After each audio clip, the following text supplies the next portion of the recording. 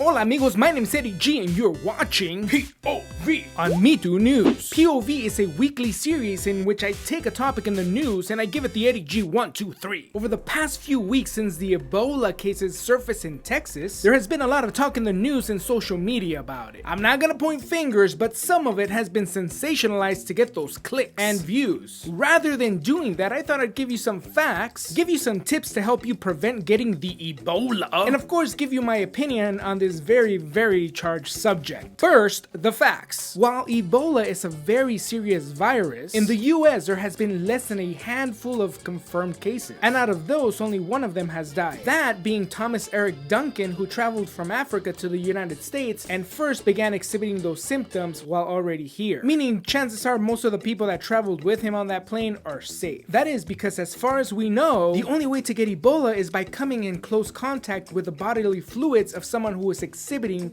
symptoms. While a lot of people may have come in contact with Duncan, only 2 of them have been diagnosed with Ebola, and they were coming in pretty close contact with Thomas Eric Duncan. According to the CDC, the Center for Disease Control, a total of 172 people are on the watch list or the surveillance list. I don't know what they're calling it. 60 of them are already off of surveillance, meaning they've cleared the incubation period. They're pretty much safe. Meaning there's 112 people that the CDC is still keeping a close watch on to make sure that they don't develop the symptoms of Ebola. That is as of the date of this video. We hope things stop there, but you never know. Okay, so those are the facts as I know them today. Second, let's talk about prevention. In terms of prevention, the CDC recommends the following. Number 1. Practice careful hygiene, meaning wash your damn hands. Don't leave the bathroom without washing your hands. Besides it being poor hygiene, it's freaking disgusting. Number 2. Don't handle items that may have come in contact with someone that's infected with Ebola. Number 3.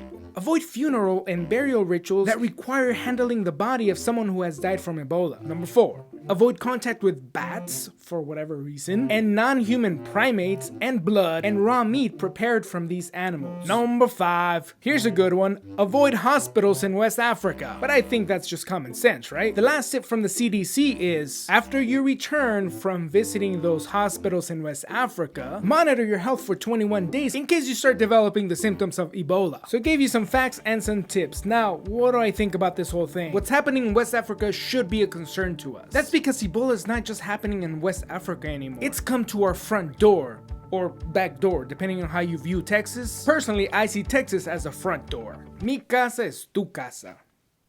Quite literally. We need to stop the disease at its source. I trust that there's very smart people already on the subject, but you never know. You know, the CDC has been late or even inconsistent in some of their actions. But I don't think it's a case of malice, it's a case of not being prepared. I think it's counterproductive to blame. Rather, we should be focusing on what we can do to relieve the situation, and that is preparing ourselves. So that's why I threw in those tips about preventing Ebola, just like you would prevent a flu. While Ebola is not airborne like the flu as far as we know, I would follow the same precautions I would for Ebola as I would for the flu. Stay away from sick people, and if I become sick, stay away from healthy people. Lastly, I think we need to have compassion toward those people that are suffering from the illness, as well as their immediate friends and family. Unfortunately, that has not been the case. People associated with Thomas Eric Duncan have already been stigmatized, and some of them have even been bullied, not only by the media, but by people around them. For example, check out the story of Younger Hala in the description on YouTube to see what she's been going through. Younger is the daughter of Eric Duncan's fiance. Even though they were not directly affected, they suffered a lot of fear and hostility while they were in quarantine. Just remember, these are people like you and me. How would we like to be treated if we were in the same situation? Anyway, that's just my POV. Let me know what you think. Do you think we're in the middle of an epidemic? Is this the end of the world? How do we treat those people who have been infected? I'd really like to know your opinion. Leave a comment below. Once again, my name's Eddie G. You've been watching POV. I'll see you